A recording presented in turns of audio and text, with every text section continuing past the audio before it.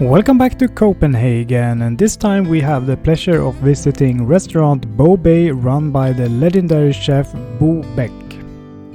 After operating for many years in the fine dining business with Michelin stars both at Paustian and Restaurant Guys, this restaurant opened in 2023 and it's a little bit more laid back compared to the other restaurants he has run in the past, and it seems to be a second home for Bo here, where he just can cook the food that he really likes and his guests to enjoy that in a more humble restaurant setting. So I feel very lucky to be here today, because the last time I visited one of Bo's restaurants was many years ago, and I'm really interested in seeing how his cooking has evolved with age and time, and it's gonna be a true joy here to experience that at this restaurant. So please, together with me, let's review this restaurant and see if it's really worth a visit when you are in Copenhagen. The menu is divided in some different sections, starting with some smaller snacks, moving into the starters, and then you have the main courses, and after that a whole array of different local cheeses, and then after that you have the desserts. For a smaller snack I went with the grilled broccoli stems with some caper leaves in between, and caper leaves is maybe not that common to use as an ingredient, but they're really nice and has that brined, acidic, salty flavor that normal capers also have.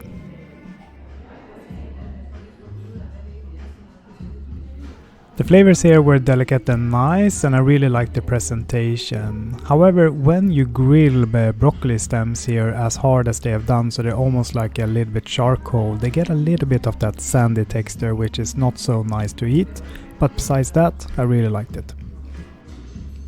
Trying one of the cocktails here, and this was the signature one called Bobe, containing of some mezcal, Sichuan pepper, citrus and sparkling water, and the mezcal really stood out here, really smoky and nice in the character, and also getting some heat here from the pepper, very nice. Next up was the bread serving, and Bobe actually used to run a bakery in his past, and I really had some high expectations here on the bread. So it consisted of a longer and thinner type of a baguette with some really nice smooth butter to it. The flavor here was really deep and intense of sourdough. However, I think maybe that the baguette was a little bit too cooked. It was very dark on the bottom side, and that reflected in a quite bitter sensation in my mouth. I also missed here a butter knife, and I was using the knife that I was having for my starters, which was a little bit awkward. As a starter I went with the raw langoustine with some yuzu and hibiscus, and it was a really beautiful plate here to look at, and something that I recognize from Bobek's past restaurants, and it's just, you know, simplicity with complexity, and a really nice thin layer of the raw langoustine, and then you have that dollop of cold cream, and then a hibiscus powder that just dusted around the plate. Really beautiful to look at.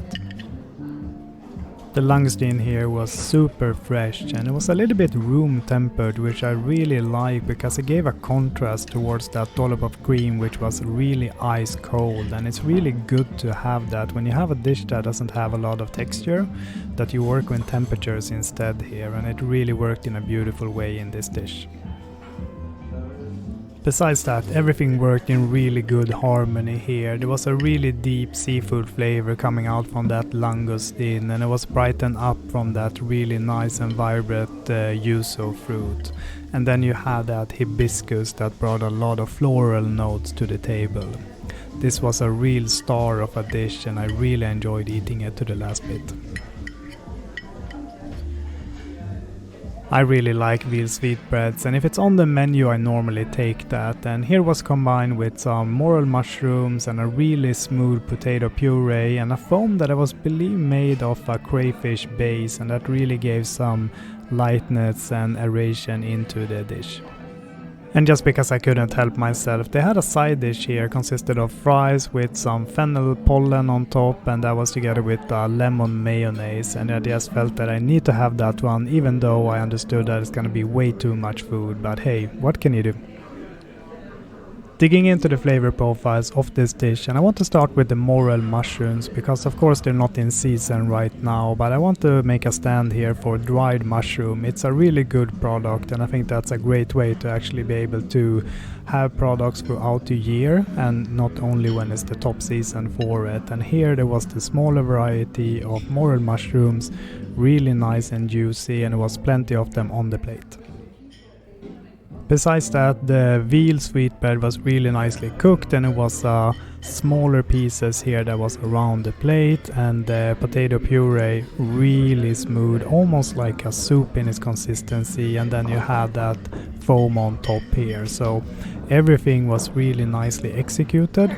But I was missing a little bit here from this dish. I was missing a little bit maybe of texture and acidity, something just to, get this dish going on a higher gear than it was presented this evening.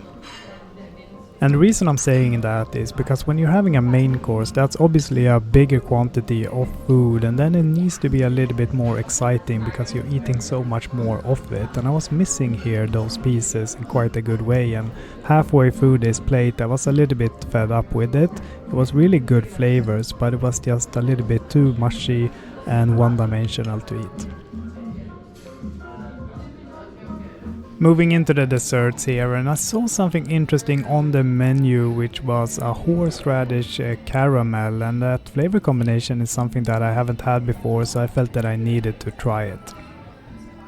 And I didn't know really what to expect here, and when it came out to the table it was a very discreet presentation here, built up on different layers, and you had that caramel in the bottom, and then there was some kind of ice cream that was also in a layer with quite a neutral flavor. I'm not sure what that was, and then it was another crispy layer, I think made out from some rice paper that was fried, and then it was topped with some kind of a meringue on top here also.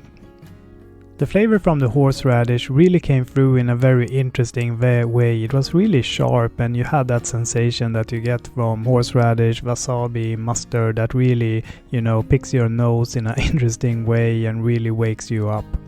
Really interesting, and I think all the different layers here worked in a very nice way, and I really enjoyed to eat this dessert. So what I think then about my visit here to restaurant Bobe run by Bobe? Well, I have to be honest and say that I had really high expectations on this restaurant, knowing Bobe from the past and what he has done. And it's never a good thing to have high expectations when you walk into a restaurant, because it's really hard to actually go over that. But with that said, I think that most of the dishes that have been served this evening has held a high quality, and I've enjoyed to eat them. So therefore I'm gonna put the food scoring here at 86 points. When it comes to the service, it's been a little bit shaky, and I've been having the feeling that it's been a little bit unsecure throughout the evening when it comes to having recommendations on the food, on what to eat and what not, and really getting the insight from the service staff in a good way. I've been missing maybe a more senior person that could have a little bit more of a hawkeye throughout the service and really stepping in where needed. It's been a very young service staff team here that's been friendly and attentive, but I've been missing some things throughout the evening, so therefore I'm gonna put the point on 85.